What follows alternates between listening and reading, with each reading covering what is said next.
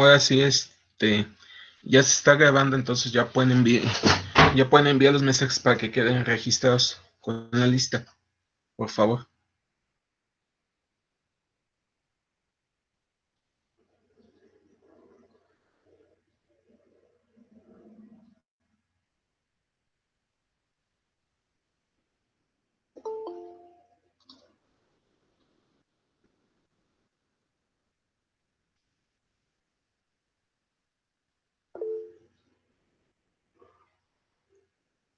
Ok, buenos días.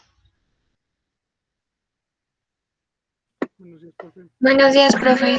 Buenos días, Buenos profe. días, profe. Buenos días. Buenos días, profe. Ok, ¿alguna duda con respecto a lo que se ha visto de las tareas? Yo sí tenía una, profe. Sí, En la tarea, en la parte que dice que cuál es el número más grande que se puede representar en 16 bits, es que el de sí. programación nos ha enseñado varias formas de representarlo y pues en unas, la primera parte lleva el signo y así, entonces, por ejemplo, de los bits, el No, no, primero no, lo no, no, no. utilizaba para signo, entonces no sé si solo quiera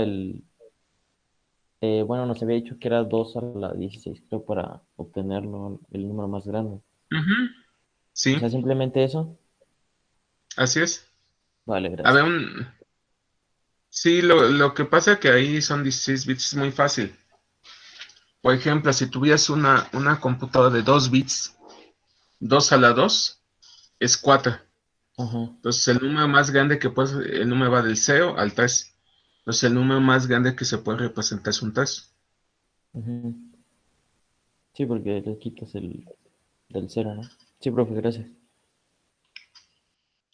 Las potencias de 2 como dato cultural te deben de sabérselas porque son lo que utilizan. Los 16 bits, por ejemplo,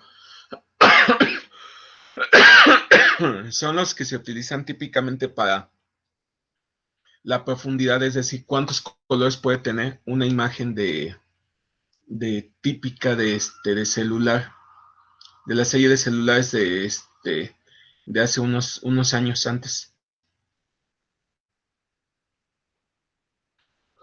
Entonces son valores que se van utilizando. 24 bits, por ejemplo, es la cantidad de bits necesarios utilizados para calcular para utilizar una imagen realista. Otra, 16 bits, por ejemplo, pues es la cantidad de bits necesarios para la codificación de un CD, de calidad de CD o de audio digital.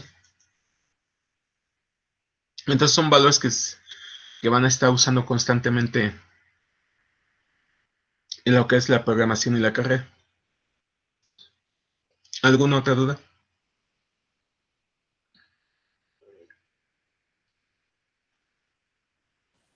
Ah, profe, pues yo lo hice a mano todo eso para lo de las operaciones, no sé si haya problema. No, al contrario, esa es la idea. Ah, Ahorita ok. que lo practiquen a mano. Ya sé Profe, que pueden hacerlo en calculadora, profe, por pero, ejemplo, ah, si ¿perdón? si yo hice mis operaciones aparte y todo el documento está en Word, ¿qué procede? ¿Pongo las operaciones ahí mismo? Sí, puedes poner las operaciones ahí mismo. Ok, O bien, si ya se desgastaron haciendo a mano todo, pues escaneen la hoja, tómenle foto, y la anexan al documento. Le ok, tomas una foto lo escaneas, y si no, le tomas una foto con el celular y con eso.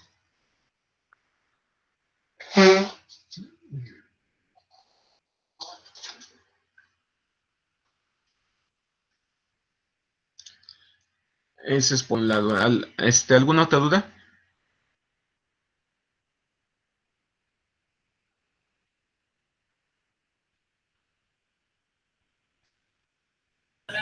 No, no, profesor. Ok, bien. Entonces, continuamos viendo los temas para que siga viendo los elementos del temario. Estamos viendo lo que es comenzamos a ver lo que es el CPU. ¿Por qué? Porque es el elemento más importante de una computadora. Es el que es la base en la cual descansa toda la infraestructura que actualmente conocemos con el hardware, y es el punto que más desarrollo ha tenido en las últimas décadas. Entonces les estaba comentando que con la ley de Moore, pues lo que se tiene son transistores. Entonces todos los procesadores es un gran arreglo de transistores, ¿sí? Los cuales pueden ser tantos que pueden estar divididos en cores. Por ejemplo, aquí es una foto de una imagen de un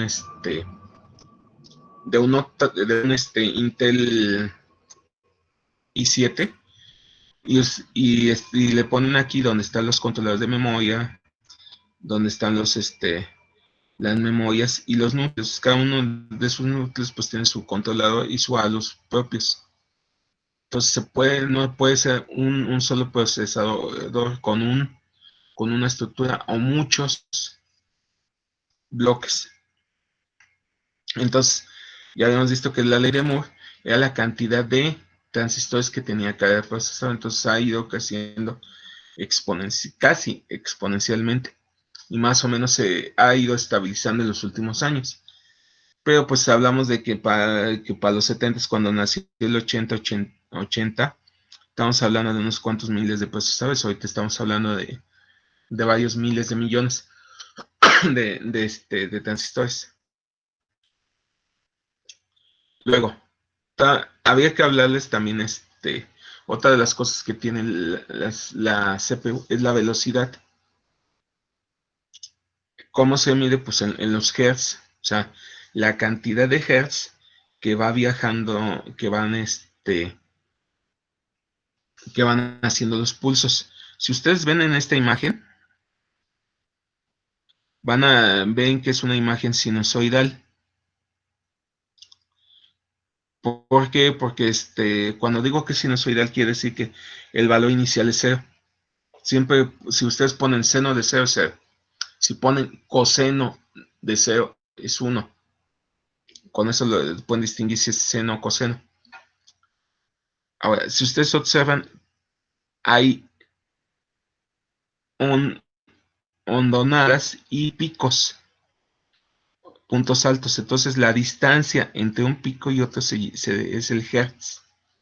Es un hertz. Entonces, entre más hertz, más veloz es el procesador y más operaciones puede hacer en un segundo. Y funciona como si fuera una serie de Navidad. Si ustedes la ponen, pues parpadea poquito. Si ponen más velocidad, entonces se empieza a parpadear más rápido hasta que sea constante para ustedes, pero les sigue parpadeando, pero a muchísima velocidad. Entonces, pues tenemos que por ejemplo un procesador que tenga 3.2 GHz ejecuta 3.200 millones de ciclos por segundo. Entonces, eso es lo que ayuda a que sea más veloz, y ahí hay un truco que se utiliza mucho para muchos equipos, que es el overclocking. Es decir, hay algunos casos en que se puede ajustar la velocidad de respuesta de la computadora para poder tener más rendimiento. Entonces hay equipos que de repente les venden que son aparentemente o son obsoletos, pero se sienten relativamente rápidos. ¿Por qué? Porque se puede hacer una aceleración del procesador. Eso conlleva ventajas y desventajas. Ventajas, pues puede correr más rápido. Desventajas, que necesitas verificar que no se, que si es demasiado la aceleración, puedes hacer que la memoria falle, porque no puede responder tan rápido. O lo más típico, el sobrecalentamiento. Se puede quemar un equipo. De hecho, los procesadores actuales calibran su velocidad de respuesta en base a lo que estén utilizando. Entonces, normalmente muchos equipos de por lo menos de hace 2 años hacia acá, ustedes los tienen y no generan tanto no tienen tanta velocidad, a menos de que ustedes empiecen a poner aplicaciones y aplicaciones. Ahí es donde va aumentando su capacidad de respuesta. Eso donde lo notan, por ejemplo, cuando están usando su celular. Si hacen llamadas, el celular está frío. Pero cuando están jugando, viendo algún video, alguna simulación en tercera dimensión, empieza a sobrecalentarse. Empieza a sentirse muy, muy caliente. Y en algunos casos hasta se puede llegar a quemar. Igual pasa con sus con todo, con tablets, con laptops, etcétera. Entonces eso tiene sus costos. Pero bueno, entonces ya les había dicho que todos los equipos, entonces todos los CPUs tienen su unidad de control aritmético lógica, una parte de memoria dentro del procesador, que son los registros, y están todos sincronizados por el reloj y tienen tanto comunicación hacia la memoria como hacia las entradas y salidas. Y bueno, ya les había mencionado la taxonomía de Flint. Que entonces, ¿qué es lo que pasa? Todos esos transistores tienen que responder a una lógica. Puede ser que sea una operación por dato, puede ser múltiples instrucciones para cada dato, o muchas instrucciones para un solo dato, o múltiples instrucciones para múltiples datos. Eso es lo que dice. Todas las computadoras, todos los equipos caen dentro de alguna de estas categorías de taxonomía. Depende de la aplicación, depende del diseño, cuál va a tener ese desarrollo. Ahora, no es lo mismo que tengas un celular o que tengas una calculadora. Entonces ahí, por ejemplo, ahí puedes tener chips, procesadores que trabajen con una sola instrucción, un solo dato, a que tengas lo que es ahora una PC, en la cual, por ejemplo, ahorita están viendo la clase, pueden estar chateando, pueden estar viendo videos al mismo tiempo, etcétera, donde tienes interacciones de múltiples instrucciones, múltiples datos. Ahora, entonces, dadas esas generalidades, hay una serie de familias de CPUs. Entonces, esas familias están definidas por los fabricantes. Entonces, sus características principales de manejo de memoria, de cuánto caché manejan, de cuántos procesadores tienen, de cuántos núcleos tienen, etcétera, etcétera, etcétera, está definido por los fabricantes. Entonces así tenemos procesadores x86, tenemos procesadores x64, es decir, de hasta 32 bits hasta 64 bits. Tenemos la familia Motorola, la 6800 o la 7800. Tenemos los procesadores Opteron, Ryzen. Cada uno de ellos tiene diferentes características.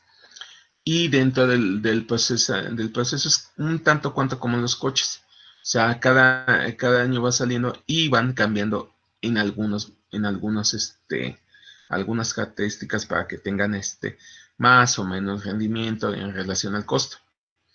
Así, por ejemplo, hay algunos procesadores de la familia Intel que son más baratos y tú puedes comprar un procesador 8000 i7 8700, pero te venden el 10600, por ejemplo, que es el de más caro, el de gama alta, en el cual a veces son pequeños cambios en que tú puedes hacer overclocking, por ejemplo, en el 10800 y en el 8000 no, tienes que hacer puedes tener más memoria caché aquí, no, son detallitos, es como los coches. O sea, normalmente está el modelo austero, está el modelo medio y está el modelo de lujo. Igual pasa con los procesadores. Ahora bien, el uso de los procesadores pues depende de la utilidad o del alcance que se tenga a la mano. Aquí, ¿qué es lo que están viendo en esta gráfica? En esta gráfica es la página es Top 500. Es una página en donde vienen todas las definiciones de cuántos supercomputadores hay por cada procesador, cuántas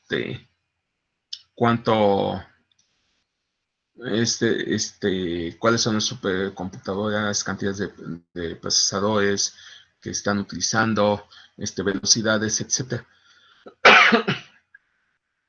Y con eso se ha ido generando año con año cómo ha ido creciendo o moviéndose los diferentes procesadores. Aquí lo que están viendo en esta lista son familias que se han utilizado para hacer computados. Entonces hay procesadores que ya son algo viejos, como los Spark.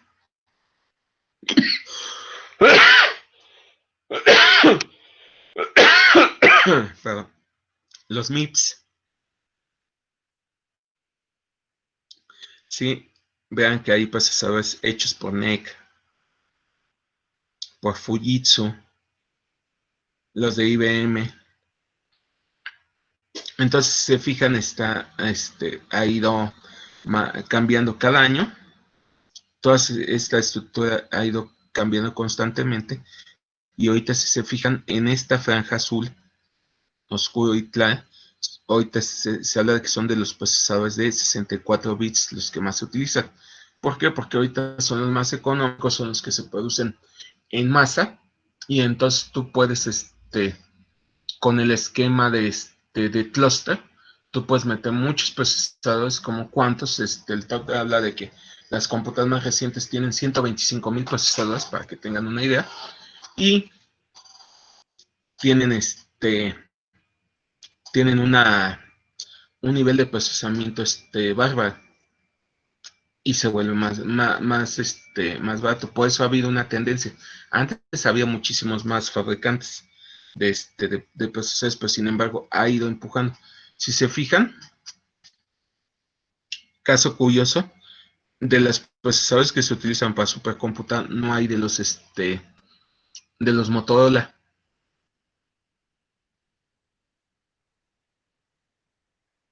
Entonces ¿qué quiero decir? Que de los iPhone, las Macs y todo eso del mundo de Apple, no son los procesadores más veloces, contra lo que la gente quisiera creer, ni los más económicos.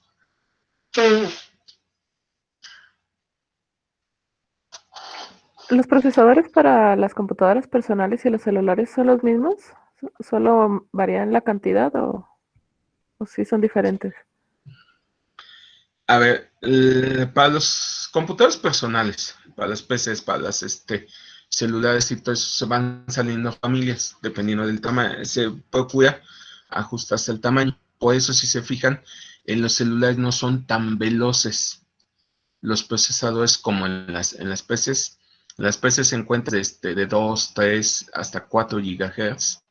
En cambio, en los celulares se encuentran 2.5 como máximo. Precisamente por el tamaño, el control del calor y eso. Y además hay características que les quitan. Que juegas con la cantidad de memoria de caché, juegas con la cantidad de núcleos, con la cantidad de tamaño de registros para poder hacer más o menos rápido un procesador. Pero ha sido la tendencia. Antes se hacían procesadores específicos para aplicaciones extremas. Era lo que se ponía con las workstation. Te comprabas una workstation que podía procesar lo que no podía hacer tu PC. Sin embargo, con el tiempo, la capacidad de procesamiento de una PC ha ido creciendo tanto que el concepto de workstation prácticamente se ha difuminado. Si tú compras una computadora con un procesador rápido, con una tarjeta rápida, que son de ese, puedes competirle a un equipo costoso, o bien puedes armar tu propia computadora haciéndolo más económico que comprándolo directamente a un fabricante. Sí ha habido una generación, pero la tendencia ha sido que esas microcomputadoras pues son más económicas, son más fáciles de hacer y más fáciles de mantener, de cambiar, de actualizar. Entonces te vas yendo a eso, y además hay una producción masiva. Porque si ustedes ven cuántas PCs, cuántas computadoras y por ende procesadores se venden día con día, año con año en en el mundo. Entonces entonces utilizas esos procesos para hacerlo. Oye, que ya no se vende, que la mayoría utilizan tablets, sí, pero son basados en la misma tecnología y cada vez son más veloces, cada vez procesan más información. Pero es también el costo. Si ustedes checan ahorita las características, por ejemplo, hablando de características, nada más, de características físicas de los procesadores que sacó para el iPhone, y los comparan con las competencias, van a ver que un Huawei o un Samsung te proveen el mismo tipo de procesamiento, la misma cantidad de GPUs, a un costo de unos 10,000 o 15,000 pesos más abajo de lo que te ofrece el iPhone.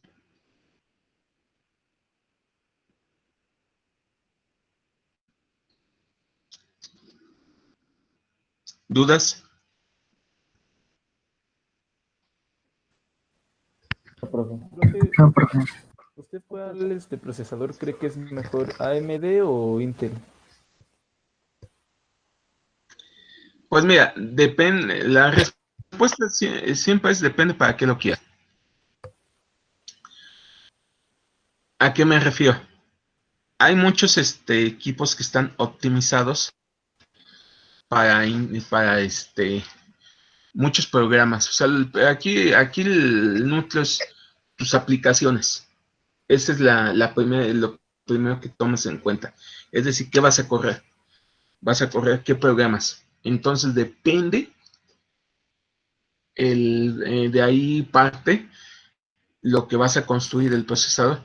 Ejemplo, por ejemplo, hace unos años, hace un año más o menos, me pidieron ver lo de una computadora para un chico de arquitectura. Entonces, ¿qué es lo que necesita? Pues yo quiero que trabaje en arquitectura.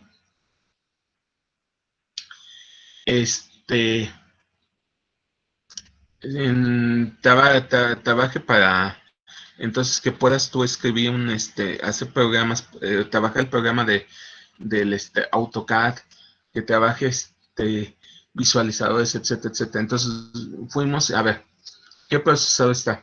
Hay procesadores que están, los QAME, que están dedicados al procesamiento. ¿Cuál te conviene? Un i-Core i5, i7, i9. Pues en teoría el i5 es muy básico para lo que se quiere. El i7 es el básico sería de uso medio, y el i9 en ese momento era el más caro. Entonces, viendo lo que te vendían con el costo de la memoria caché del procesador, etcétera, pues no había una variación de 2,000 pesos entre cada uno, entre 1,000 del i5 al i7 y 2,000 del i7 al i9. Entonces no tenía mucho caso de comprar un i9, mejor se compró un i7 para que fuera más estable, y se le dio más prioridad a la tarjeta gráfica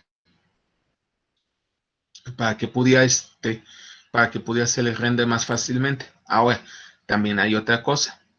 De la tarjeta gráfica, pues se tomó una tarjeta gráfica normal, porque no solamente lo quería para utilizar en AutoCAD, sino también lo quería para jugar. Si hubiera sido para AutoCAD, se utilizaba otra tarjeta más dedicada, más optimizada para gráficos, pero no tanto para juegos. Entonces había que equilibrarlo. Entonces con eso ya se armó un equipo aceptable con un mínimo de memoria, y ya después se le fue ampliando la memoria, ya le puso enfriamiento a base de agua, porque obviamente, ¿qué es lo primero que hacía? Ejecutaba sus programas y se sobrecalentaba. Todos los ventiladores zumbaban todo el rato, y eso viviendo en una zona que hace frío, como en la FES. Ahorita en estas mañanas alegres son bastante heladas allá. Aún así se sobrecalentaba. Entonces, ¿qué pasó? Pues tuvo que meter enfriamiento a base de agua para que pudiera darle el máximo de rendimiento. Entonces, todo eso depende de los procesos. Ahora, hablando con eso, ahorita, si checan los videos de YouTube, Intel no había mejorado nada, se había mantenido muy estable casi 10 años. No había cambiado mucho, era como los bochos que les decía, nomás cambiaron un modelito. Cambiaron eso, como el chiste del Stacy Malibu. ¿Qué es lo que le pone nuevo? Un sombrero.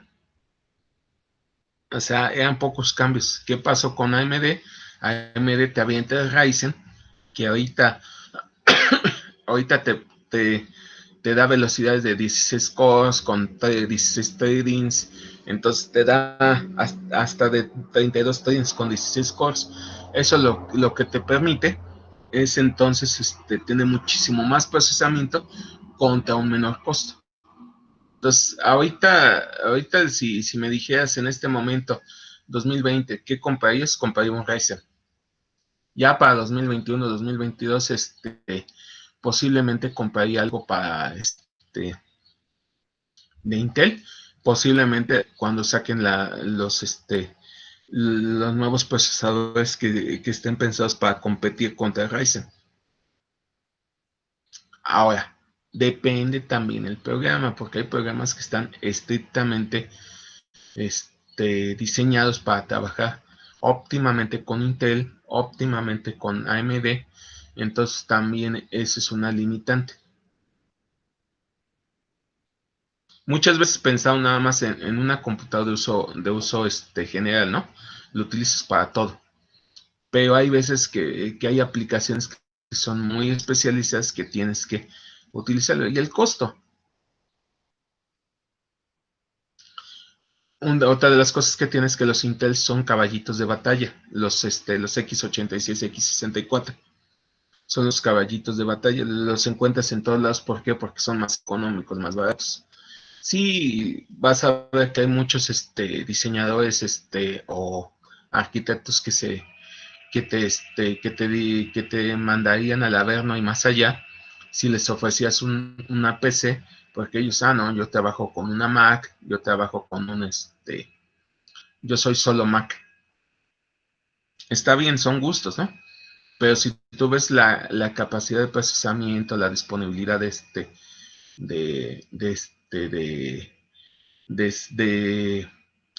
del procesador, la memoria, etcétera, una computadora que te cuesta 25,000, 30,000 pesos, bien equipada con todo eso, su equivalente en Mac te puede salir entre 65,000 a 80,000 pesos. Entonces sí hay una diferencia. Ok, hay gente que lo paga. ¿Por qué? Porque es porque yo soy así, porque me lo merezco, soy palacio, lo que ustedes quieran. Gusten y manden, son a gustos, pero hablando técnicamente, sí puedes encontrar equipo más o procesadores más económicos sin necesidad de meterte en tanto dinero. Hay gente que se compra el procesador más reciente, y a veces no significa que sea lo mejor, porque tal vez las aplicaciones que usen no le van a dar todo, no van a necesitar tanto poder.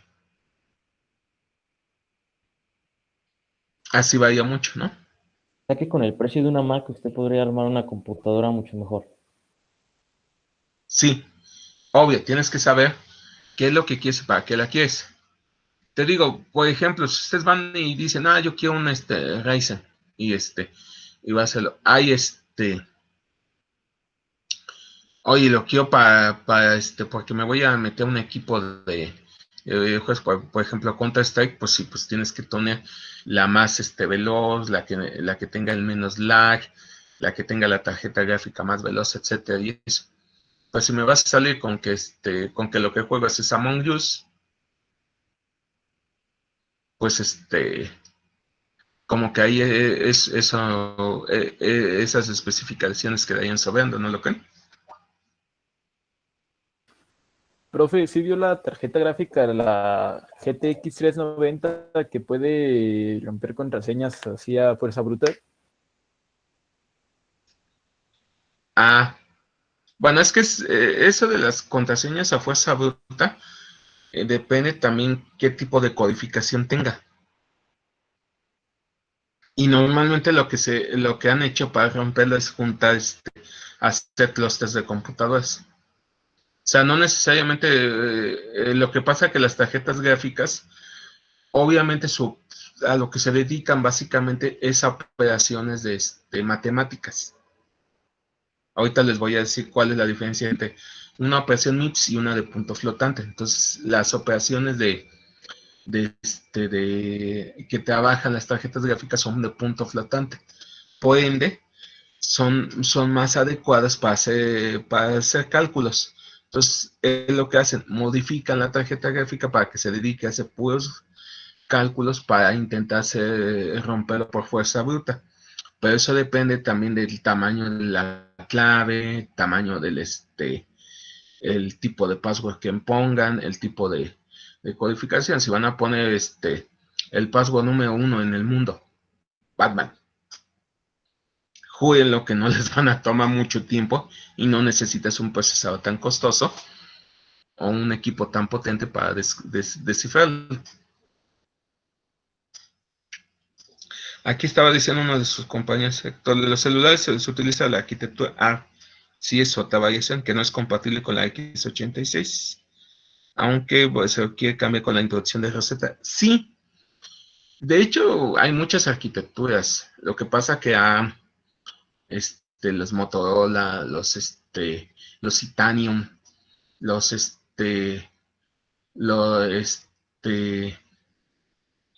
los ¿cuáles son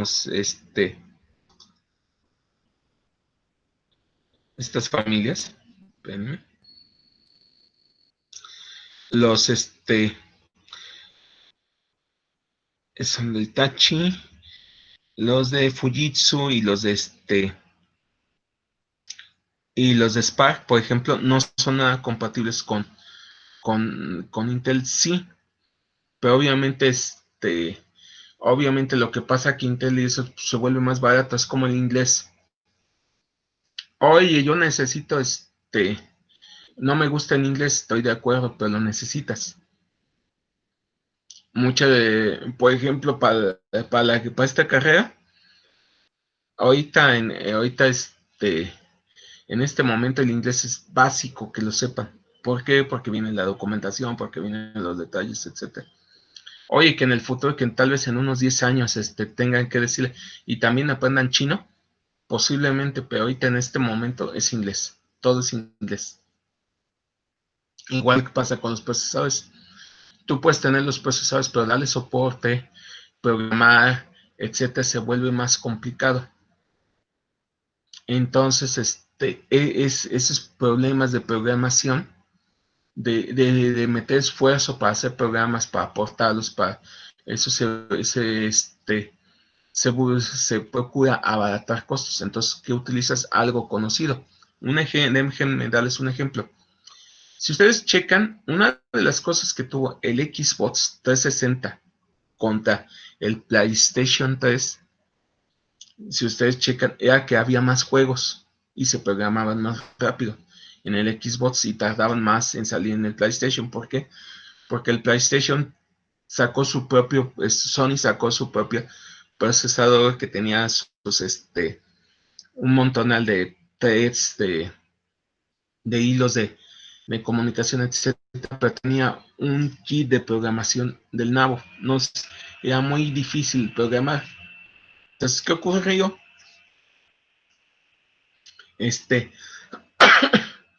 Empezaron a ver que el costo de estar programando y eso era más caro hacer un port a un juego de PlayStation 3 que hacerlo de Xbox 360. Entonces, además de que el resultado era mucho mejor para el Xbox. Y eso que implicó, pues, que tuvieron ganancia. ¿Qué pasó con el PlayStation 4? Si checan en las características del PlayStation 4, ya Sony abandona el uso de esos procesadores propios y empieza a utilizar AMDs, empieza a utilizar Intel. Y ahorita con las nuevas tecnologías, pues si checan, básicamente los dos trabajan con procesadores más o menos similares y tienen variaciones en memoria, etcétera, pero básicamente la misma tecnología, x64. Entonces, por costos, por facilidad. Al final todo eso hace que sea económico. Por eso les mostraba que de lo del top 500 que va modificándose la tendencia, ahorita es que impere o sea más popular el uso de procesadores x64. Entonces, si tú tienes el procesador más popular, pues obviamente tus líneas de producción van a tender a tener más compatibilidad y eso. ¿Por qué? Porque el portar programas hechos para esas infraestructuras y portarlos al ARM va a ser más fácil. Vas a tener menos problemas de conversión, menos problemas de costo y no necesitas entrenar ingenieros que conozcan o gente que conozca cómo se programa para procesadores Intel y que haga la conversión para procesadores ARM. Entonces sí hay un costo ahí.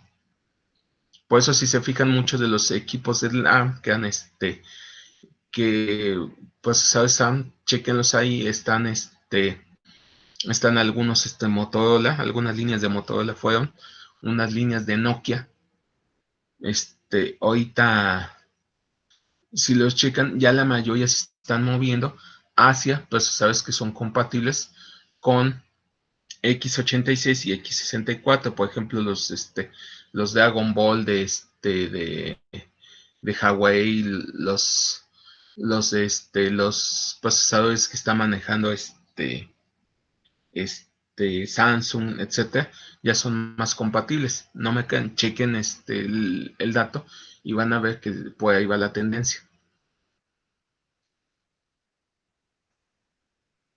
Sí los hay, los utilizan, están los King, eso, pero es por producción, que es más barato. Acuérdense que aquí todo lo que se hace es más barato. Si te equivocas en algo, un error puede llevar un costo. Un circuito mal hecho puede llevar un costo. Un programa mal diseñado lleva un costo, etc. Entonces, todo eso cuesta. ¿Por qué? Porque tienes que contratar a alguien, tienes que pagarle a alguien para que resuelva el problema. Entonces, en lo que lo investiga, y eso es tiempo, dinero y esfuerzo. Es como ustedes, ahorita están gastando tiempo, sí. Obvio, ¿no? Están en el horario de 7 a 9. Entonces están gastando su tiempo en conectarse. ¿Están gastando recursos? Claro. Oye, es que no estoy yendo a la escuela, entonces no pago. No tengo que pagar, no tengo que gastar en las micros, en ir a comprar la torta, la petrolera, el refresco, etcétera, ni pagar el maquillaje, ni la ropa, sí. Pero de todos modos, al conectarte, ¿qué necesitas? Energía eléctrica, la cual estás gastando, y aunque sea mínimo, tiene un costo. 2, el internet, que también estás contratando, estás utilizando, y eso tiene un costo. Entonces, si se fijan, todo eso tiene costo. El tiempo que ustedes están aquí tiene un costo. Si ustedes lo dedican en vez de... entonces es un gasto que están haciendo. Pero se le denomina inversión porque es algo que va a generar un beneficio más adelante. Pero ustedes están gastando, si ustedes, por ejemplo, agarran y se fueran a vender chicles y ganan algo, eso es una ganancia. Y ahorita lo que están haciendo es un gasto. Entonces la idea es que siempre se busque gastar lo menos para obtener el mayor beneficio. ¿Dudas? No, profesor. No, profe, gracias. Oiga, profe, yo Ok. tengo una pregunta. Sí. ¿Es cierto que un procesador va a rendir menos en una laptop que en una compu de escritorio?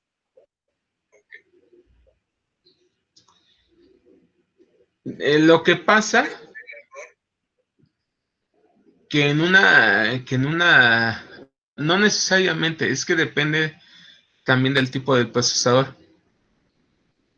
Pero normalmente en una computadora, en una laptop, lo pones, está conectado a un equipo que es móvil, entonces es más, tiene que ser más, tienen unas configuraciones más pequeñas. Si no, chequen, comparen, una PC, la cantidad de memoria, la cantidad de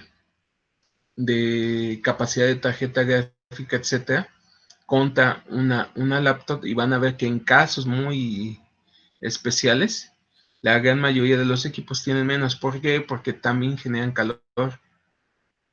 Sus laptops, si ustedes si ustedes ahorita tocan la parte de abajo de sus laptops, van a sentir calor. Hay un punto de calor, por ejemplo, ese normalmente es la tarjeta gráfica. Eso, por ejemplo, si tú tienes una lectora de DVD, de CD integrado, genera más calor. Si tienes un procesador grande, pues genera más calor. Entonces normalmente no puedes meter algo que genere tanto procesamiento sin que tenga un buen enfriamiento, o se sobrecalentaría y se dañaría. Entonces generalmente los equipos pues están más limitados. Además, no se espera que los utilices para cosas muy complejas. Oye, pero si ustedes ven, por ejemplo, en la teoría del Big Bang y eso, Sheldon utilizaba una Alienware, y las Alienware están pensadas para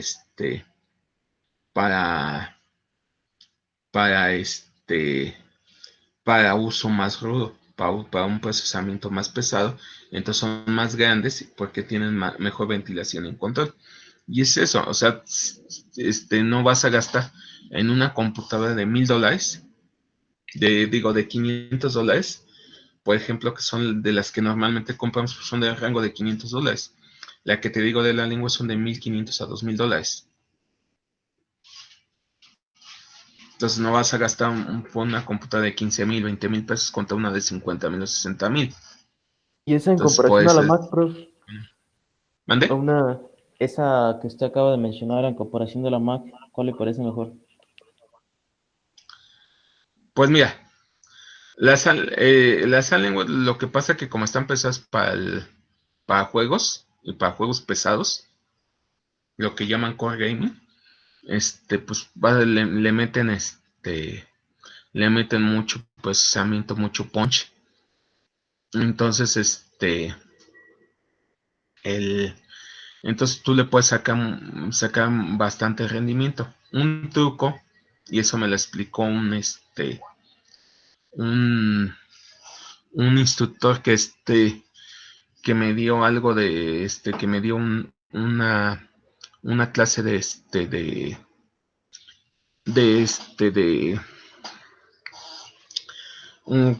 en el curso que tomé, perdón, sobre máquinas virtuales, sobre virtualización. Él trabaja como consultor de seguridad. Entonces, ¿qué hizo?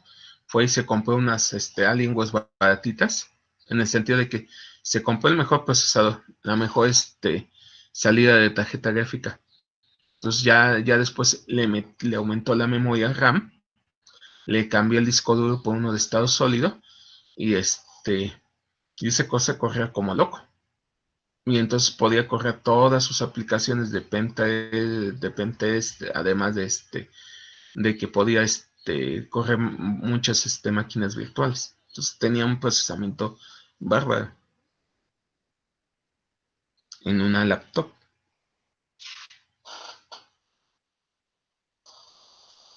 Entonces, depende, pero obviamente no crean que les van a vender algo barato. Todo esto cuesta, es como un coche, no esperes que agarres y en un Subaru o su equivalente vayas a tener la misma velocidad, la misma comodidad que un Audi, ¿no? No va por ahí. Bueno, otra de las cosas que tiene todos los procesadores es el uso hay que explicarles qué es el concepto del socket y del core. El socket, como ven en la imagen, son de los procesadores, de aquí de estos procesadores, van a ver que este es el procesador físico donde dice Intel, el cuadro. Entonces, ¿qué es lo que te permite? Ahí es donde está físicamente. Ese es donde está físicamente el procesador. A ese se denomina en inglés socket o zócalo, si lo quieren poner en español. Entonces, ese socket es la forma física. Ahora bien, como les decía del calentamiento, hubo casos en que pusieron procesadores de 5 GHz de velocidad, pero obviamente generan mucho calor. De hecho, hay récords mundiales en donde tienes entre 7 u 8 GHz en un procesador Intel o AMD. ¿Cuál es el pequeño problema? Que para poder alcanzar esas velocidades tienes que bañar el procesador con nitrógeno líquido. De lo contrario se fundiría. Entonces imagínense el calor que genera. Entonces, ¿qué fue lo que dijeron? ¿Sabes qué? Ya no podemos alcanzar más velocidad, más GPUs, porque tendríamos que meter demasiado enfriamiento. Ese es un gran problema. Entonces, ¿qué es lo que vamos a hacer? Vamos a meter muchas capas o rebanadas dentro de un socket físico, y esos son los core. Entonces, son procesadores que son iguales en prestaciones entre sí, los cuales se comunican y comparten la información. Por eso esa es otra de las diferencias. Muchos de los programas de 16 bits están pensados para nada más trabajar con un core, con un solo núcleo. Muchos de los nuevos programas pueden dividirse en los diferentes cores, en los diferentes núcleos. Entonces, ahora ya no solamente es el procesador que te vende, sino cuántos núcleos tiene. ¿Ok? Y entonces, esos núcleos tienes 2, 4, 6, 8, 10, 12, etcétera, dependiendo del tipo de procesador. Obviamente, también va a estar relacionado a la velocidad. Puede ser de 2 GHz, puede ser de 3 GHz, etcétera, pero lo que te permite es más procesamiento, siempre y cuando tu sistema operativo soporte el multiprocesamiento. Por eso, muchos de los procesadores nuevos no trabajan bien o se subutilizarían si, por ejemplo, le instalas un Windows XP, a un Windows, un Windows 98. ¿Por qué? Porque trabajarías con un threading, con un núcleo, y los otros pues estarían subutilizados. Entonces ahora los nuevos sistemas operativos, las nuevas versiones empiezan a dividir la información de los cores y por eso se siente una diferencia en su potenciación. De hecho, si ustedes instalan un Linux, van a ver que viene toda una versión de paquetes de programas para controlar los procesadores, si va a ser un solo núcleo o si van a ser múltiples núcleos. Entonces, cuando detecta que es un equipo de múltiples núcleos, te pone todos los componentes para que trabajen con todos esos núcleos. Entonces van a encontrar que hay muchos. Por eso ahorita, por ejemplo, los celulares, lo típico que encuentran son de celulares de gama media hacia arriba, son mínimo de dos procesadores. Ahorita lo típico son de 4 y lo deseable son 8, y ya aparecieron los primeros de 16 procesadores, de 16 núcleos. Entonces con eso puedes tener más procesamiento. ¿Ok? Ahora van a oír que se habla también de los threadings o hilos, como lo traducen al español. ¿Qué significa? Que cada procesador puede hacer una o dos o más operaciones a la vez. No solamente cada núcleo. No crean que hace una operación y otra y otra y otra, no. Sino que por los buses, por lo que les mostré que tienen muchas salas, etcétera, pueden soportar varias operaciones a la vez. Entonces, ¿cuántas operaciones puede ejecutar a la vez? Es la cantidad de hilos. Entonces, cuando les dicen, tengo 8 core, 8 threadings o 8 hilos, quiere decir que cada procesador puede hacer 8 operaciones a una vez, a un ciclo de reloj, lo cual hace que entonces trabajes con más grandes cantidades. Entonces, entre más hilos tenga un procesador, más threadings puede soportar, más operaciones puede hacer al momento. ¿Ok? Ahora, el rendimiento quiere decir que si yo tuviera un procesador de un solo núcleo, es igual, sería 4 veces si tengo un procesador de 4, uno de 8. No necesariamente, porque parte del procesamiento se pierde en sincronizar los procesos. Entonces, el rendimiento de una computadora de un solo núcleo contra uno de 4 sería de aproximadamente 3.5. De 8 sería de 7.6. Y así sucesivamente. Ese pedacito de diferencia es el que se utiliza para sincronizar diferentes los diferentes procesos. ¿Hasta aquí dudas? No, profe. Ah, profe. Entonces, esa es otra de las cosas. que les mencionaba hace rato, también, por ejemplo, les venden un procesador i7 con 4 threadings y el 10 se los venden con 8 threadings. Entonces, es decir, puede hacer el doble de operaciones el mismo procesador porque tiene la misma capacidad. Obviamente depende también del programa. Los programas tienen que estar optimizados para que puedan trabajar con threadings o tengas muchas aplicaciones, porque de lo contrario puede haber una subutilización. Y bueno, otra de las cosas que caracterizan a los procesadores es el tipo de socket o zócalo físico, es decir, los puntos donde se conecta. Entonces hay muchos tipos de conectores. Estos son los más utilizados actualmente. El PGA, que si se fijan es una serie de puntos. El VGA, que son una serie de bolitas. Son pues ball, ¿right? Son bolitas en las cuales tocan los pines del procesador.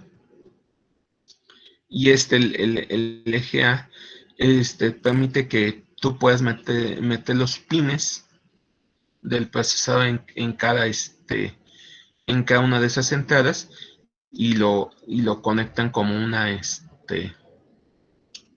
Entonces hay unos que se conectan, que tienen punta, otros que tienen bolitas y otros que tienen hendiduras en las cuales tú puedes meter tu procesador. ¿Y eso por qué es importante? Porque los procesadores varían en la cantidad de sockets, entonces, y el tipo de socket. Entonces, más o menos cada año o 2 años van variando la estructura de los sockets. Entonces, si tú tienes compras una tarjeta madre, al momento de comprar la tarjeta madre tienes que ver qué procesadores puedes poner ahí, porque no todos van a entrar o no todos van a soportar. Entonces, puedes tener un problema de incompatibilidad. También todos estos procesadores trabajan con lo que se llama el chipset, es decir, las instrucciones base con las que se, con las que, con las que se comunican con el procesador.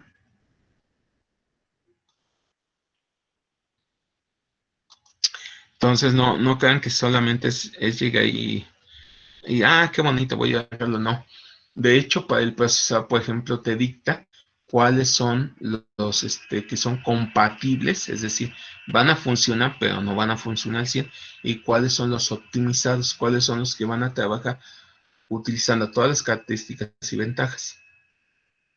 Ahora, ¿a qué me refiero cuando dije chipset? Chipset es una cantidad, son instrucciones o circuitería adicional que hace que mejore un rendimiento. Entonces, antes se metían mejoras de rendimiento, metían instrucciones especiales. Por ejemplo, de ahí salieron procesadores como el MMX de Intel, los que tenían el 3D Now de AMD, etc. Son instrucciones adicionales a las que maneja normalmente ese procesador. Para optimizarlo para gráficos, para uso de operaciones, de punto flotante, diferentes tipos de funcionalidades. Entonces, si ustedes piensan comprar una computadora, primero es el procesador, luego tienen que ver qué tarjeta madre es la compatible con el equipo con el procesador que van a comprar, y luego ver en qué gabinete va a quedar montada la tarjeta madre. ¿Por qué? Porque el gabinete también permite que conectes dispositivos, que le dé espacio para ventilación, que puedas poner. Entonces depende mucho de todas esas decisiones para elegir el equipo que mejor se adapte a tus necesidades.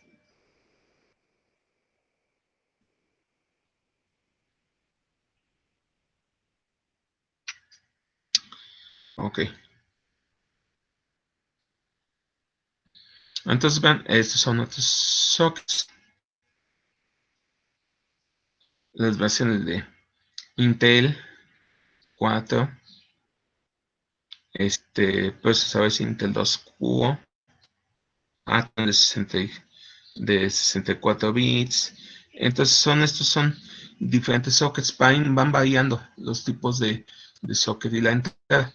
Si ustedes observan en algunos de estos, van a ver que en la parte de arriba, algunos tienen unas laminitas. Entonces, en especial, si observan el MPGA 487, van a ver que en la parte de arriba hay una parte plástica. Esta, por ejemplo, es una lengüeta. Entonces, cuando ustedes llegan, la levantan, colocan el procesador encima y la bajan, y ese baja las patitas del procesador y las engancha. Ya no tienen que tocarlo, no tienen que empujarlo, porque una de las cosas más peligrosas de un procesador es que si no embona bien, puedes romperle una patita y entonces dañar el procesador. Entonces, en algunos casos vienen con lo que llaman elevadores. Entonces, tú ya nada más acomodas el proceso, lo bajas, bajas la palanquita y baja y se engancha. Y ya no tienes que tocarlo.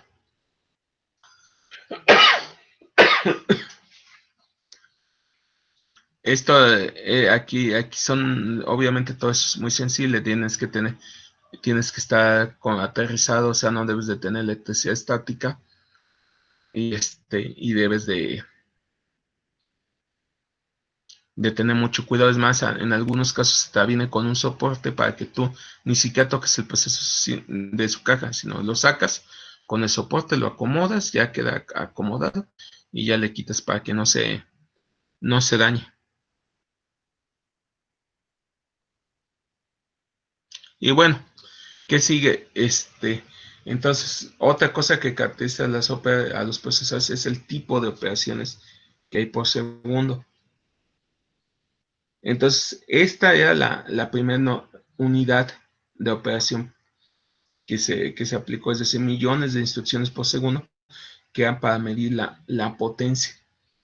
Ok, yo tengo un procesador, tantos gigahertz, tanta memoria, tantos núcleos, tantos threads, pero tiene un rendimiento medible en millones de operaciones. Entonces puedes tener procesadores entre comillas iguales en característica, pero con un rendimiento diferente. Claro, ahorita los MIPS no se utilizan casi porque hablan de operaciones simples. Los que se hablan, la operación que se tiene es el flop, que es decir, operaciones de punto flotante. ¿Cuál es la diferencia entre una operación normal? Es como si ustedes quisieran sumar dos números, el 1024 más el 720. En cambio, una operación de punto flotante es 3.16 por 10 a la 3, sumado a un 2 más un 3 imaginario. Entonces ya estás hablando de números imaginarios, de números complejos, etc.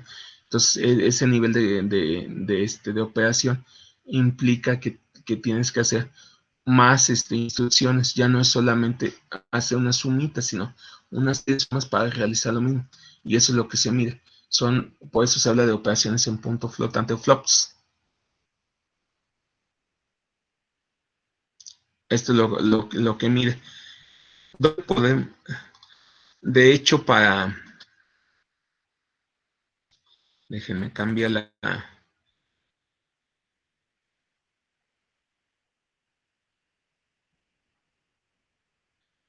bueno, el Xbox del Game Pass también te sirve como compu. Sí, pero bueno, estos son servicios. Aquí son aquí estamos ahorita hablando de los procesadores, porque también hay muchas cosas que están variando, vamos. a la hora de decidir muchos elementos, pero ahorita nomás estamos hablando de uno, que son los procesadores. Ahora bien, ¿cómo saber cuál es el mejor? ¿Cuál es el rendimiento de tu procesador? Bueno, todos los vendedores te llegan y te dicen, no, yo te vendo el equipo, te muestran los papeles y te dicen, o sea, los papers que, como ellos los llaman, que son los panfletos que te dicen, no, pues este es el procesador, lo recomienda fulanito, lo aprueba sutanito, lo ha utilizado la empresa perenganita, etcétera, etcétera, etcétera, etcétera, ¿no? Entonces de repente te encuentras con muchas tecnologías que son, que compiten entre sí y son y no sabes qué elegir. Entonces tú puedes elegir algo que es caro, pero si lo sustentas, que realmente tiene una mejor calidad que algo barato, pues hacerlo. Una de las cosas que tenía, bueno, no sé ahorita cómo se esté manejando, pero antes la ley de adquisiciones era del gobierno era que si tú demostrabas que lo que vas a comprar es mejor, aunque sea más caro, que lo más barato que encuentres, entonces se puede comprar.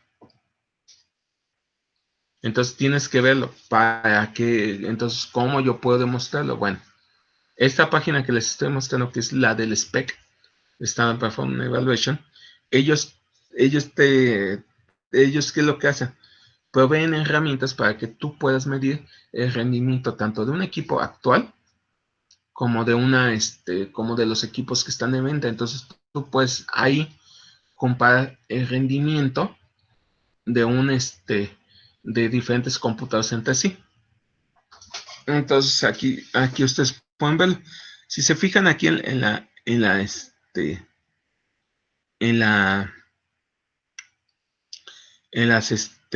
aquí donde dice los benchmark, o sea, las mediciones de calidad, van a ver que les venden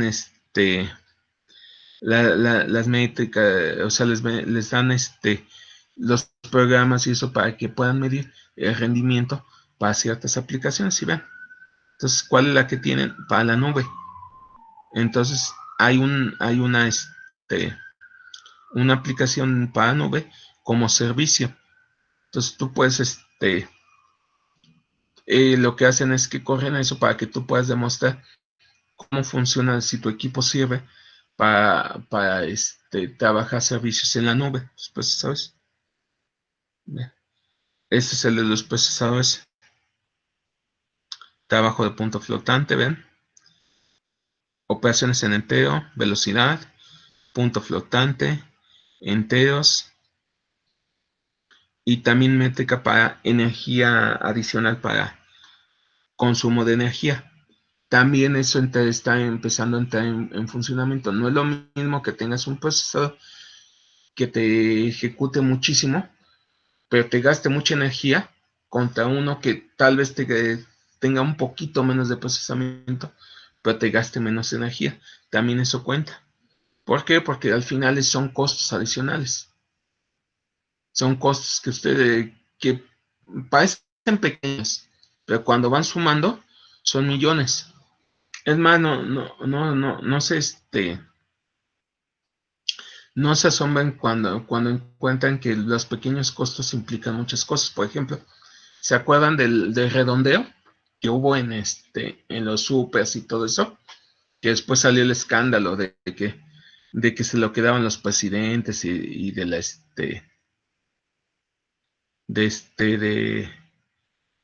y que salieron tantos millones, etcétera, y eso, pues obviamente era por el dinero. El dinero que antes se metía. Es una pequeña cantidad, pero acumulada por los miles o millones de operaciones es mucho dinero. De hecho, los primeros fraudes que se hicieron en los primeros robos que se hicieron en los bancos, lo que hacían los programadores era que metían $1 de dólar, $1 por cada operación. Entonces, imagínense cómo con todas las operaciones al día, cuántos millones recuperaban por semana. Tan es así que, ¿y cómo fue que los atrapan? Porque inteligentemente los mensos empezaron a utilizar, los veías que venían en su cochecito barato y de repente llegaban en sus carrazos, llegaban con sus supercomputadoras, con la ropa fina y eso. ¿Y de dónde la sacó?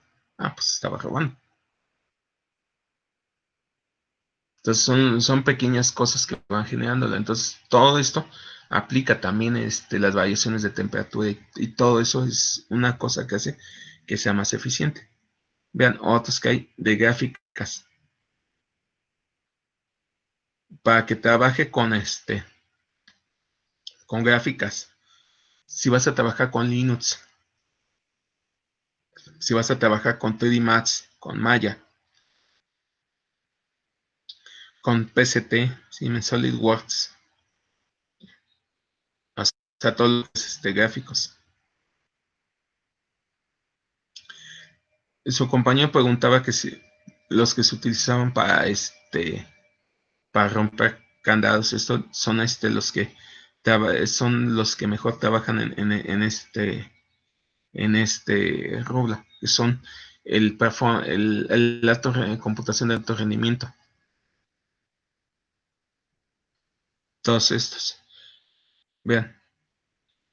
Hasta miren que son los clientes de servidores de Java. Servidores de correo. Servidores de almacenamiento. Costos de electricidad y todo. Vean.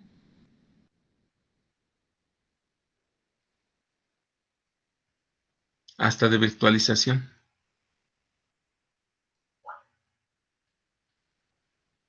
Entonces, que lo que hace todo, lo que tiene esta máquina los vende. Entonces, si ustedes quieren proponer un equipo, etcétera, pues ponen los datos, pagan una membresía y entonces ya lo suben. Por eso se utiliza, pues este es un cálculo para que vean cómo tienen la información. Déjenme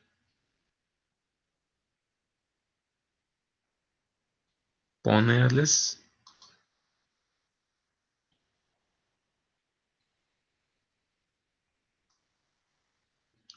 Vean. Entonces te dice la velocidad, el número de procesadores, los chips que habilitan, cuántos cores trabaja, los resultados, el rendimiento base, el rendimiento con uso, y en algunos casos si es necesario con lo de la energía. Entonces con eso tú ya puedes entonces empezar a comparar. Vean por marca, modelo, tipo de procesador, tipo de velocidad de procesadores, de tipo de núcleo, las pequeñas diferencias con los diferentes procesadores. Por ejemplo, vean, aquí un Lenovo ThinkSystem con un procesador de 2.10 GHz tiene un rendimiento en pico de 214, o sea una calidad de rendimiento. Contra, si se fijan, uno de 220,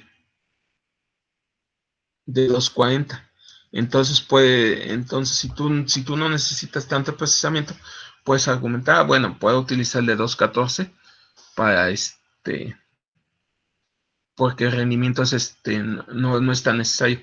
O sabes que sí necesito ese procesador porque ve, hay mucha diferencia, hay 26 puntos de diferencia entre ese procesador contra la otra configuración.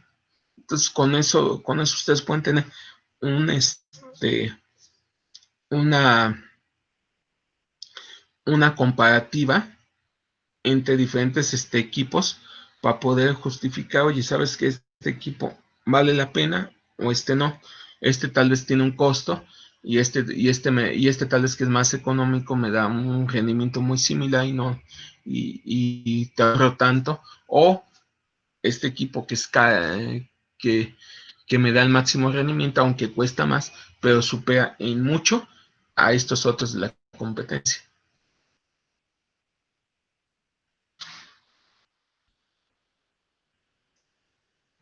Y entonces ustedes pueden también, te permiten bajar sus benchmarks para que tú puedas ejecutar en tu computadora y compararla en qué nivel, contra quién es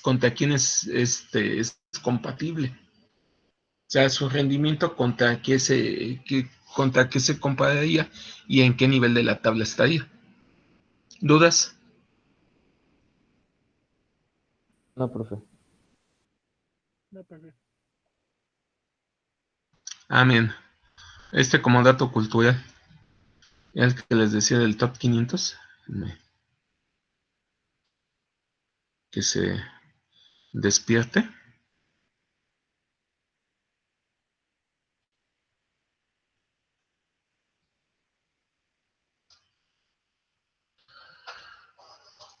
Mientras, hasta aquí, ¿dudas?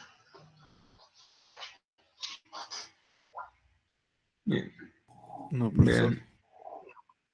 Del top 500, vean. ¿Ese top 500 de qué es, profe? ¿De computadoras? ¿Mande usted? ¿De qué es ese top 500? El top 500 es uno de los, esta página,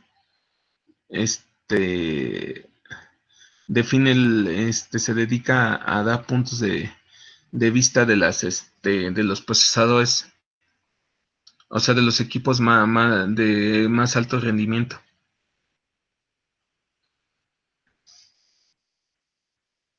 Entonces, ahorita, por ejemplo, lo que les estoy mostrando son de las supercomputadoras y esta lista la cambian cada mes. Vean, por ejemplo, ahorita en el primer lugar está en Japón una computadora de procesadores de 2.2 GHz, no es la máxima velocidad, fíjense. ¿Cuántos cores tiene?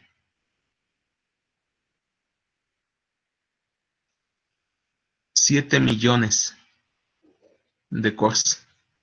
Y entonces aquí, por ejemplo, ¿cuál es el rendimiento? Son 415 teraflops. ¿Se acuerdan? Los flops, ahorita les acabo de mencionar que la velocidad también se mide, igual que, que las potencias de eso. O sea, hay flops, kiloflops, megaflops, gigaflops, teraflops, petaflops, exaflops, etc. Entonces vean el rendimiento, pero vean cuántos kilowatts gasta por hora. 28,353. ¿Eso qué cacahuates quiere decir? Para que tengan una idea. Por ejemplo, cuando tienen una pantalla como de 32 o 40 pulgadas, el costo es de energético es de entre 80 a 200 watts. Entonces, para 1 kilowatt necesitarían trabajar 4 horas. De tener prendida una televisión 4 horas. Entonces, vean, aquí son 28,355 kilowatts hora.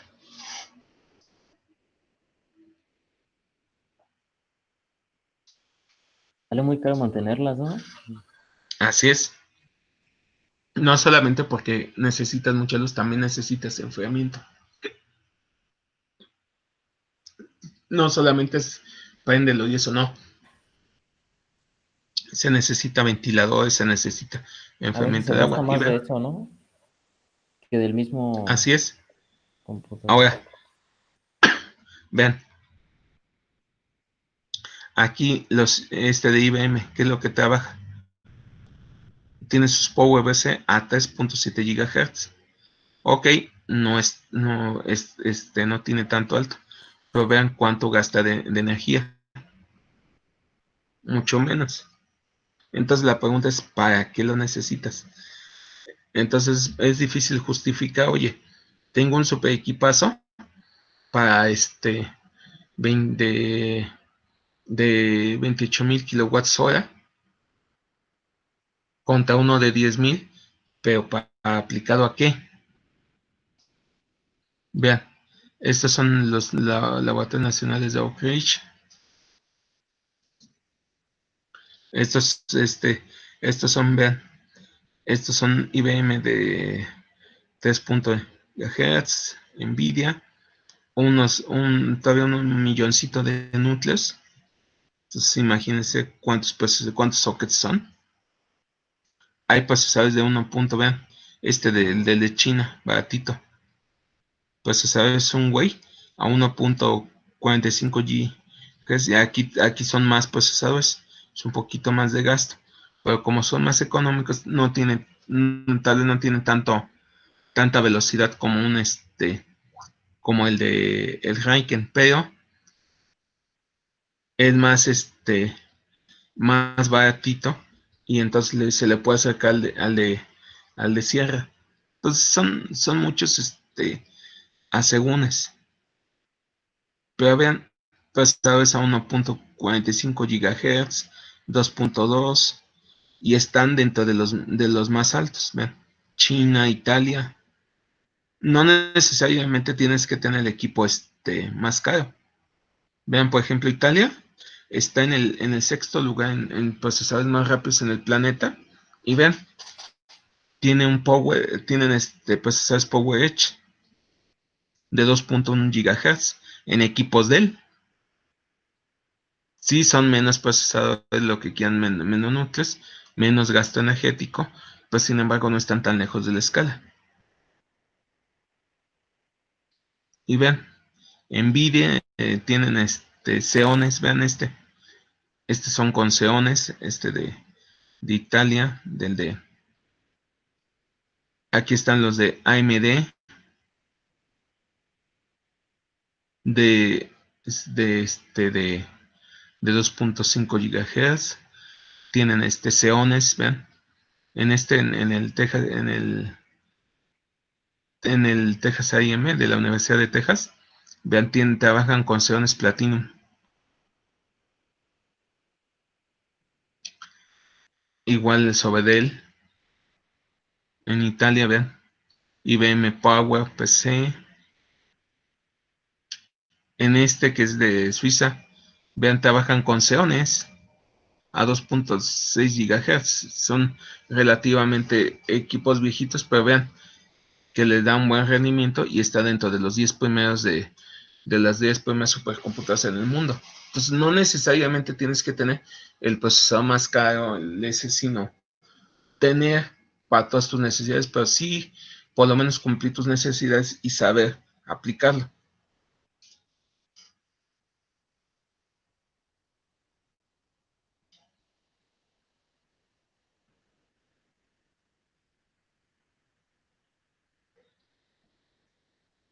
Y ven. Y ahorita, por ejemplo, en vista de esto, ¿qué procesador gráfico te convendría?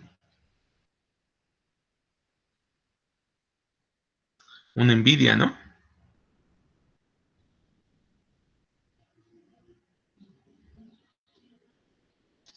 Los manufactureros. Lenovo. Me van a decir que Saigon, Kei, Fujitsu, IBM. Vean, todos los procesadores.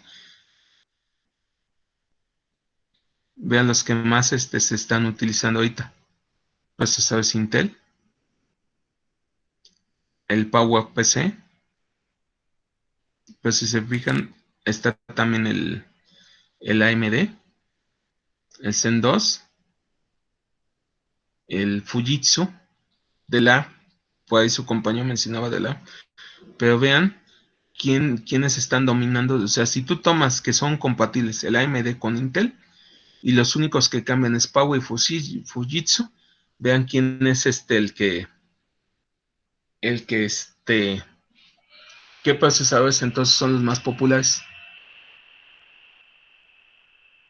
Los procesadores x64, x86, o sea, lo que son las familias Intel y AMD.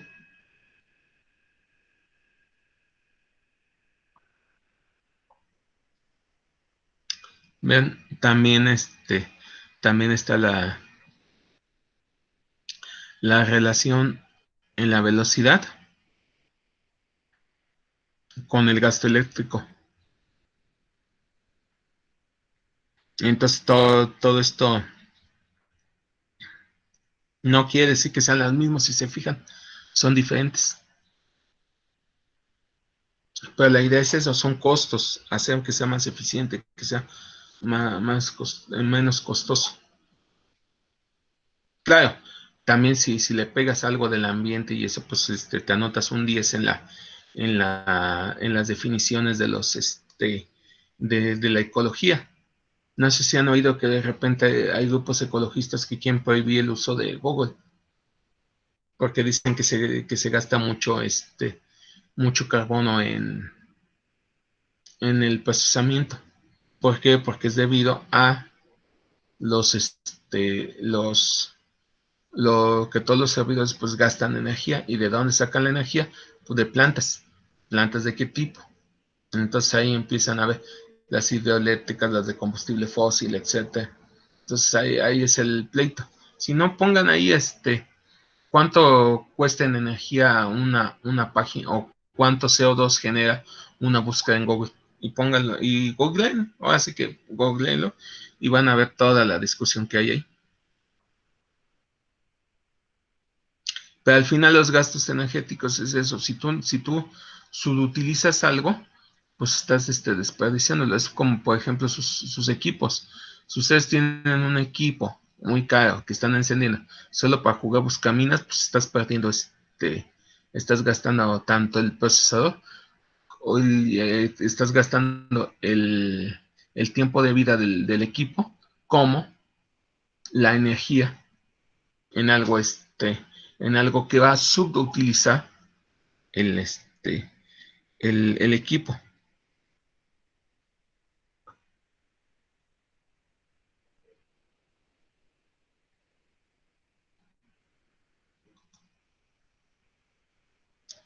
Ok. ¿Dudas? No, profesor. Sí. ¿No? Digo, ¿todavía están vivos? Sí, maestro. Profe, estamos viendo. Digo que se oye bien Así es, desmañanados. bien. Venimos cansados, ayer andábamos estudiando. Bueno, voy a caerles. No, sí, es que todo esto es esfuerzo. No, pues en otros semestres pues llegaba la gente y de repente se quedaba dormida también ahí en las bancas. Bueno, la ventaja es que ahorita están ustedes en sus casas y pueden estar más cómodamente más cómodos, ¿no? Pero bueno, esa es otra historia. Entonces estas son las operaciones de flotantes. Ahora, ¿qué caracteriza a los procesadores?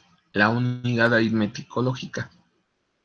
La unidad aritmético lógica o algo es las que hacen las operaciones sí, no, y las operaciones suma, resta, multiplicación. Entonces, toda la salud se utilizan para todo, es más, hasta para el reloj. ¿Qué pasa? Te ponen ahí que el reloj más sencillo digital pues tendrá algo que le mantiene sumando un segundo al tiempo actual y mantiene comprobando si debe de sonar las alarmas, etcétera, ¿no? Es lo más básico. ¿Dónde está localizado? Generalmente dentro de cada núcleo hay una o varias ALUs, dependiendo de la cantidad de threads que tenga. Es decir, si hay 8 hilos, lo más probable es que haya 8 ALUs dedicadas para cada hilo para poder hacer las operaciones.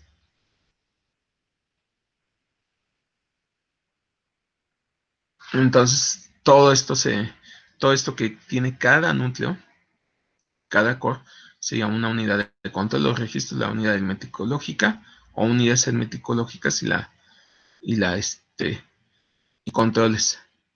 Y al final las unidades aritmético-lógicas, ¿cómo funcionan? Bueno, básicamente esto que están viendo es una diagramación en base a compuestas lógicas.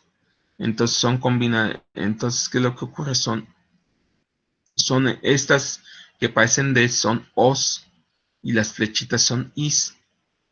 Y estos son los cuadros son circuitos llamados flip-flop. Entonces, ¿qué es lo que pasa? Cada una de estas puntas que ustedes ven son valores. Es el valor binario. Entonces, cada uno, el tamaño de palabra, que es lo que estamos hablando, depende del número de valores que ustedes puedan meter a la vez.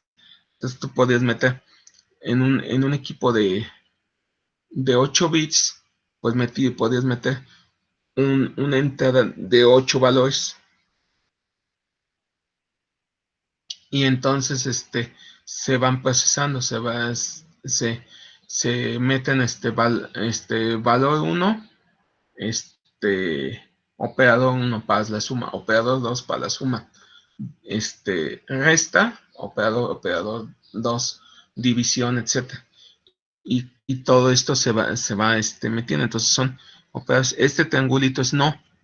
Entonces cuando llega IO, se va haciendo las diferentes operaciones. Ahora, aquí hay, si se fijan, dos líneas que parten del punto medio a que son uno, ese reloj que mantiene el control, y también, si ustedes no hacen una operación, mantiene el valor que hicieron. Es decir, si estos valores si estas entradas no generan energía, no hay valor, mientras esté funcionando, el reloj se va a mantener ese valor.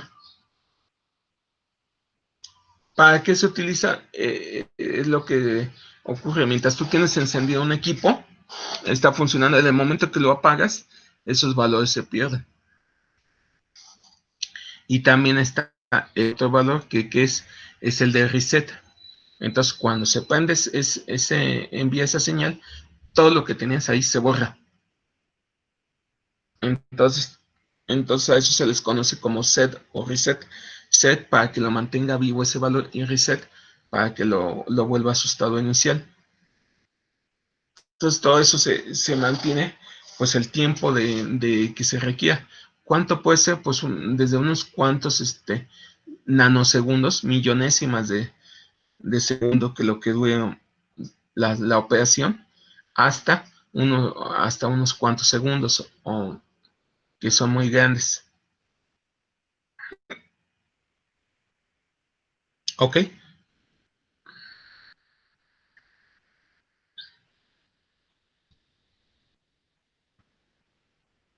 Actualmente, ¿cómo trabaja una ALU? Pues tiene sus entradas de salida.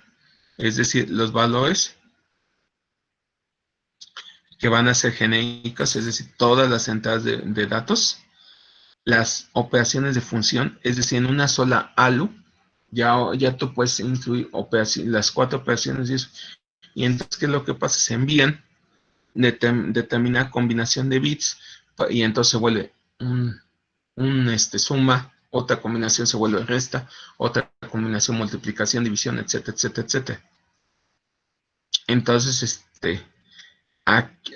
y si se fijan, siempre hay un acarreo de salida, es decir, lo que estaban mencionando. Entonces, si tú tienes 4 números, un operador de 4 dígitos, y de repente por la operación te sale un quinto dígito, que haces, lo envías. Puede ser para que se cargue a otra operación, o bien se elimine.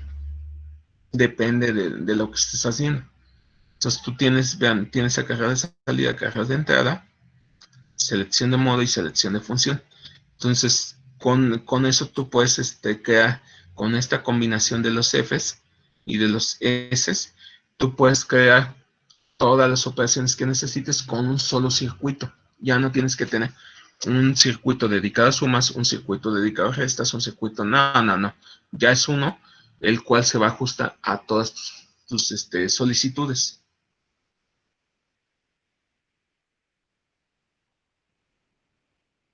Luego, ¿qué otra cosa tienen los procesadores? Pues la unidad de control. ¿Cuál es su función? Llevar la secuencia de operaciones.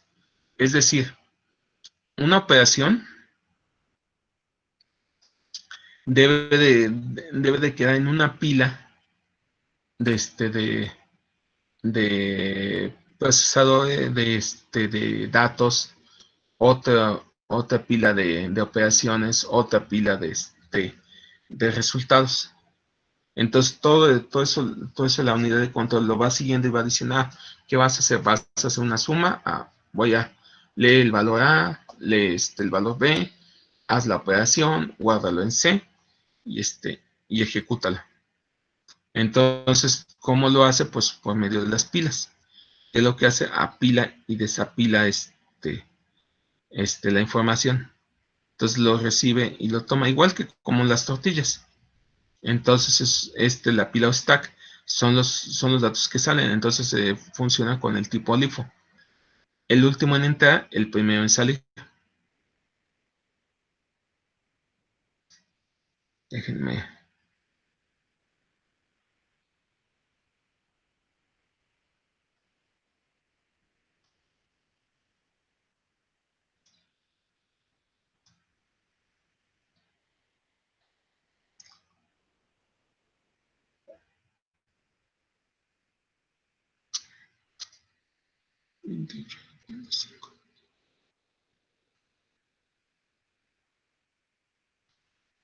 Déjenme explicarles cómo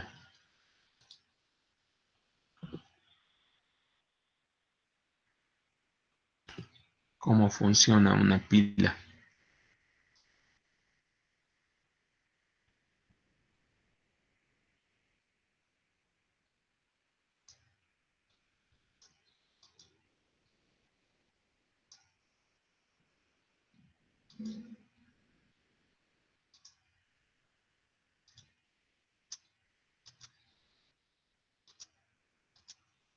Entonces, normalmente, ¿qué es lo que pasa? Tienes A más B, pones A más B, es igual a C, ¿no?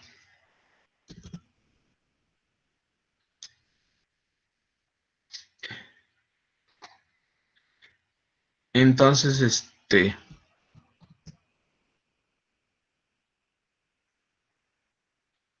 primero, ¿qué pasa? Tienes que descomponer las operaciones. Antes tienes que ajustar cuáles son. Tenemos entonces por un lado las operaciones.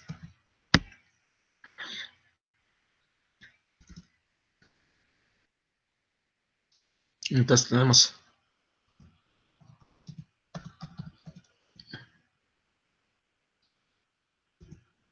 operaciones y datos. Y entonces, ¿cómo los tenemos? A, B, C. Esto que están viendo,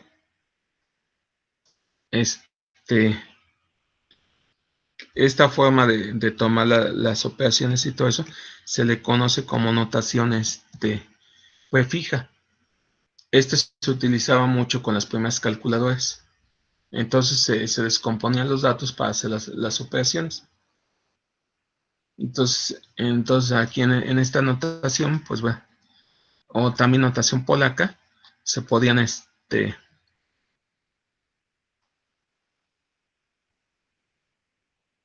definir, romper las operaciones.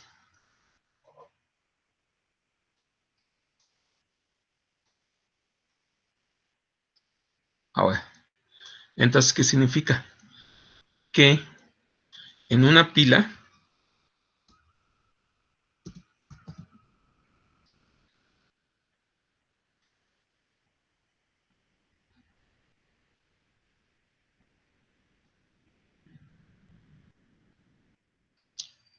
vas a tener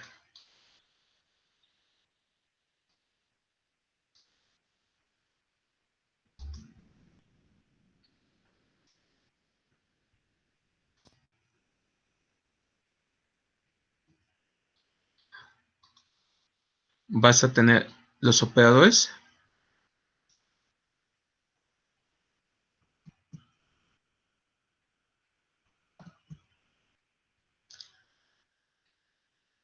Y en otra vas a tener los datos. Entonces, ¿qué es lo que dice? Si es una pila, ¿cuál va a ser el primero en salir?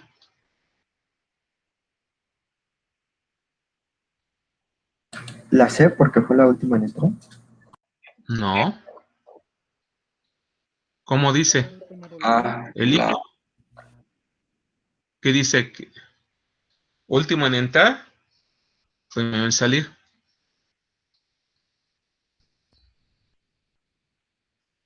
Último en entrar, primero en salir. ¿Cuál operación sería la primera que tomaría? La suma, ¿no?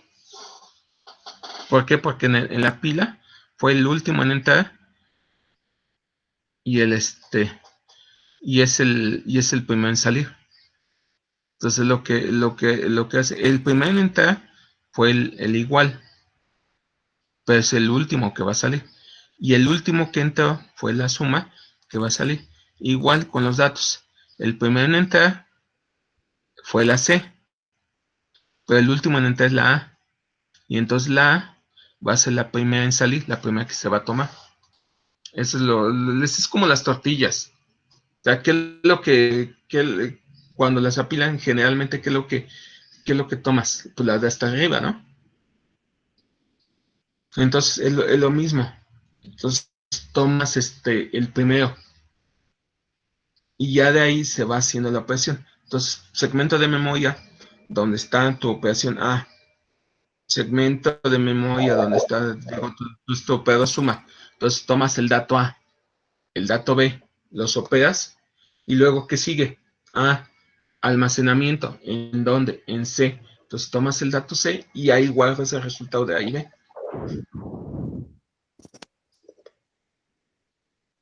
Mande. Entonces lo que hacen los ensamblajes es eso. Son sumas binarias. Ah, bueno. Son operaciones binarias en las cuales tomas un valor, que es un valor binario, lo operas con otro valor binario, y a su vez hay un valor binario para hacer la operación de suma. Entonces es lo que se carga aquí en la ALU. Entonces cargas tu valor de A, tu valor de B, y tu resultado sale hacia otro valor en donde se va a almacenar, es decir, se va a sumar ese valor a la posición de memoria en donde está ya tu resultado. Todo eso la unidad de control lo vigila, lo opera.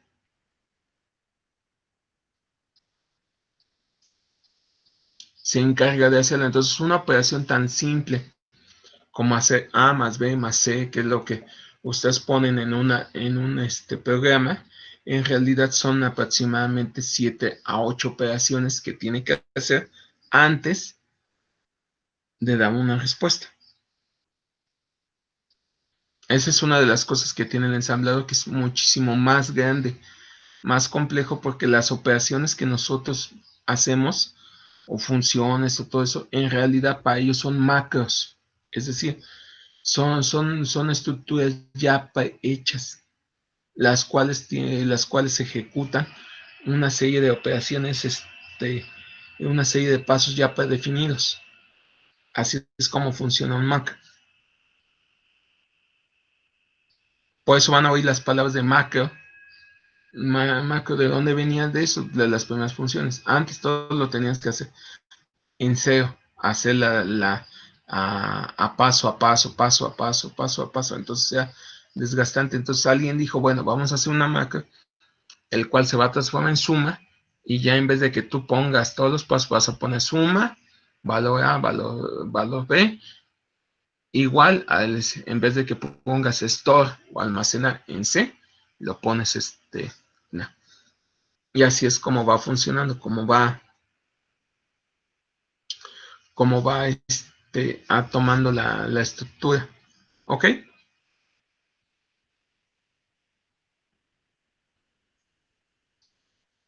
Luego, la otra estructura lo que hace es que se tiene en la unidad de control son las colas. La cola, pues, igual que que en cualquier fila, cuando se forman algo, es la lógica del FIFO, es decir, el primero que entra es el primero que se sale, el primero que se atiende. Entonces va funcionando. Entonces todas las operaciones, por ejemplo, todas las secuencias que se van a hacer, vienen en secuencias FIFO y van numeradas en enteros positivos, es decir, yo voy a hacer la operación 1, luego va a ser la operación 2, operación 3, etcétera, etcétera, etcétera, hasta, perdón, la enésima operación. ¿Dudas? No, profe. No, profe. No, Por profe. eso van a ver que existe con esto de la pila, hay algo que se llama, un error que se llama stack overflow. ¿Qué quiere decir? Que puede ser, o un underflow, que tiras un valor más grande de lo que puede aceptar tu stack de valores. Entonces, si tú, por ejemplo, tienes un stack de 4 bits, tienes un valor de 8, de 7 como máximo, va del 0 al 7, y te avientan uno de 16, ¿qué pasa? No lo puede manejar y te manda un error.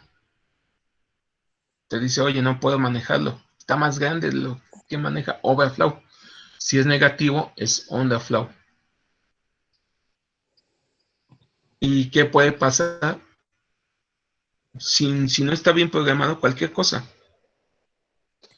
De hecho, ya les han de haber dado ya han de haber hecho en programación la suma de dos números, ¿no? Ahí como, que es de lo primerito que hacen, ¿no? Pero de binarios, De sí. programación. Como suma dos números, ¿no es cierto? De binarios, sí. ¿Ya lo hicieron? Sí. Hagan hagan alguna, cuando tengan tiempo y quieran ver cómo funciona algo, una respuesta extraña de ese programa, inténtenle meter letras, símbolos, intenten meter números normales, números complejos, etcétera, y vean qué les responde la computadora. Normal, hay muchas veces que eso se llama protección. Es decir, si tú tienes una respuesta para los valores, para lo que te están metiendo, para los valores que están metiendo están protegidos, es decir, tienes una limitación en la cantidad de información que va entrando. De lo contrario, puede funcionar de maneras extrañas. Y ahí es donde entran muchos los hacks, las vulnerabilidades, que de repente alguien programó y no pensó que le fueran a meter palabras en algo que son números, o números en algo que son solo palabras, y provocan daños en las operaciones. Hacen que un programa funcione, o bien no funcione, o bien en algunos casos hasta te dé acceso de superusuario a un sistema. Precisamente por el manejo de todos esos valores.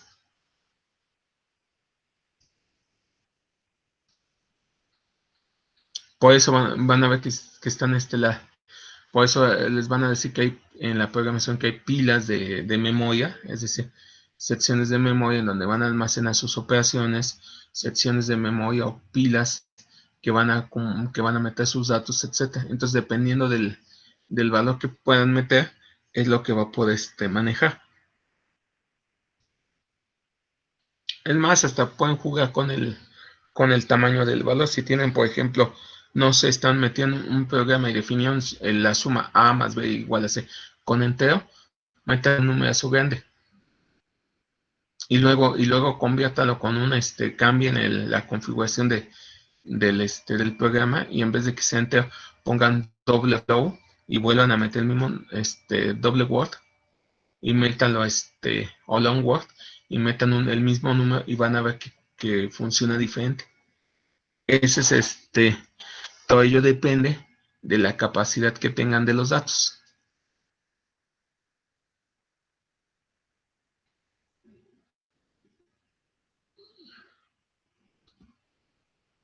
Ok, y entonces pues así funciona. Ven, esta es la relación. Tú tienes entonces una loop que va sumando tus operaciones, y a su vez viene una secuencia de instrucciones, y estas instrucciones están dirigidas a una posición de memoria, y en esa posición de memoria se almacena algún dato, que puede ser 00, o sea, nada, hasta tener algún tipo de información. Eso es válido. Y ¿Esa es entonces, temporal, no, bro? ¿mande? ¿Esa memoria es temporal? Sí, todo. Ok. En el momento que se apaga, o sea que no hay energía, se pierde. Solo lo que es la memoria ROM se mantiene, pero esta se graba una vez. Esta siempre, la memoria RAM siempre que haya energía, va a funcionar. En el momento que tú la apagues, se pierde la información que esté ahí. O sea que si llevas mucho tiempo sin apagarla, podría que se haga lenta o que falle, ¿no? Se va acumulando las operaciones. Pues, Es o sea, decir, llega un punto donde es mucho lo acumulado y necesita que la apagues, ¿no? sí. ¿Por qué? Porque todo eso va ocupando espacio en memoria. Aquí, o sea, todas tus operaciones hagan de cuenta que son estacionamientos. Entonces tú estacionas tus datos en un espacio. ¿Qué pasa si el espacio está lleno? Pues te mueves al siguiente. Si ya está ocupado, te mueves al siguiente. Pero si ya están ocupados, entonces, ¿qué pasa? Ya no puedes meter espacio. Entonces te quedas sin memoria, out of memory. ¿Eso ocurre? Sí. ¿Por qué? Porque cómo trabajan los sistemas operativos con la utilización de memoria, etcétera, y entonces tienden a quedarse saturados. Un ejemplo, los que utilizan Windows, en especial Windows 97, XP, etcétera, lo habrán notado que cuando abren un solo documento, una paginita web, etcétera, pueden trabajar con la computadora horas y no pasa nada. Pues si ustedes saben un montón de páginas, abren el Office, abren de música, etcétera, etcétera, etcétera, como a las 2 o 3 horas, la computadora se hace muy lenta y la tienen que reiniciar. ¿Por qué? Porque todos esos programas están tomando pedacitos de memoria y las están utilizando y no lo sueltan.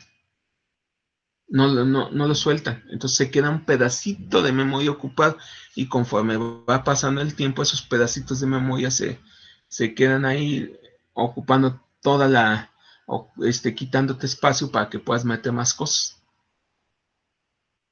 Entonces, tarde o temprano, por eso los equipos basados en Windows tienden a necesitar más reinicios que un equipo en Linux, porque tiene un mejor manejo de memoria. Ahora, ¿eso significa que no se puede hacer? No, sí se puede. Hay para esas versiones, para esos sistemas operativos más viejitos, se puede utilizar algo que se llama optimizador de memoria. ¿Qué es lo que hace? A cada cierto tiempo, limpia la memoria que no está siendo utilizada, que ya los procesos ya no la utilizan, y la deja disponible. Y eso te permite utilizar un equipo más tiempo. Yo así le hacía en el trabajo. Me habían dado un equipo con Windows 97, luego fue XP, y le metí el optimizador de memoria. Entonces yo podía trabajar normalmente, abriendo, cerrando programas, etcétera, y no necesitaba apagar la computadora. Entonces me acostumbraba a tenerla encendida toda la semana, de continuo. Entonces ya no tenía que apagarlo y regresa y enciéndala y espera a que se encienda, a que estén los programas. No, simplemente con la optimización pues no se me cerraba los programas y abría y cerraba y movía, etc. Mientras que a otros con las mismas necesidades tenían que estar reiniciando 1 o 2 veces al día la computadora y obviamente pues tenían que apagarla y volverla a encender, etcétera. No, con eso ya mantienes una estabilidad.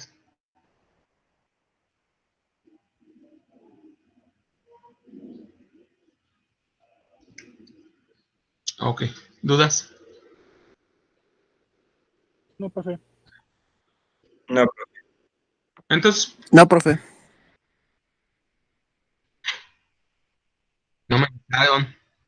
no me avisaron, ya son las 9. Sí, ya son las 9, profe. Ya los que todavía estén, anótense, quienes falten y ya los dejo libres porque si no, les van a pegar y a mí me van a jalar las orejas. Gracias, profe. Bueno, gracias, profe. Y avísenme Profe. cuando vean que ya son 10 para las 9, avísenme, recuérdenme porque se me va el cassette. Nos vemos. gracias, profe. Adiós, profe. Adiós. Y sí, por favor, recuérdenme Nos vemos, a las 9, porque luego no les quiero poner en problemas con sus otras clases.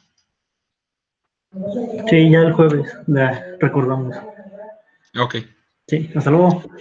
hasta luego.